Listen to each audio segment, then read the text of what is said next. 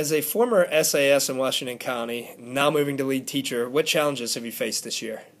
I think the greatest challenge for me is since I've been at Pangborn, which has been 3 years, I have worked as lead teacher and an SAS under 3 different administrators. My first year with Elaine Semler, my second with Amy Norris, and my third now, currently with Eric Meredith.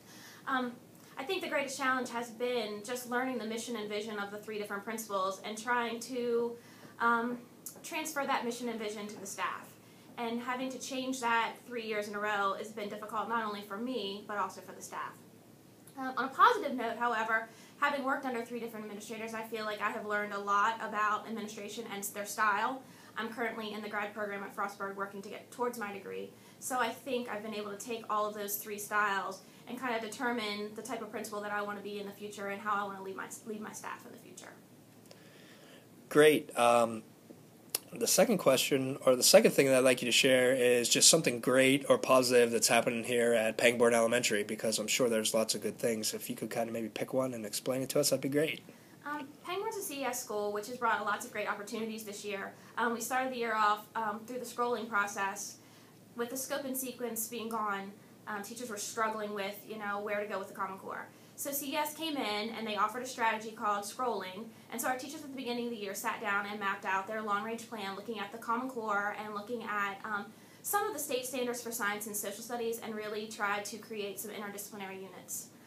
With that being said, assessment became an immediate issue with benchmarks no longer in the county. We had to find a way that we could assess students to make sure that we were doing great things and moving them forward.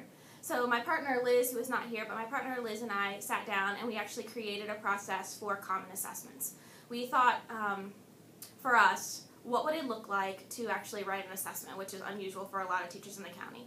So we created a process where we asked teachers to determine what standards they wanted to teach, how to actually meet and exceed those standards, or how the students would meet and exceed those standards.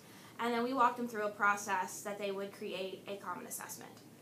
The first couple rounds were a little rocky, but the teachers are now getting in the swing of things, and they are creating common assessments for both reading and math. Last week we sat through and did a tuning protocol where teachers were able to tune their assessment, and that was really great because they did it vertically, and teachers were able to communicate with other grade levels, and they walked away with a bank of ideas. Our next piece is going to be calibrating the assessments, looking at the validity of them, and we're really excited about that next stage because we want to make sure that the questions that we are asking students are matching what's coming with PARCC and just also meeting the rigor of the Common Core. Tamsin, thank you so much.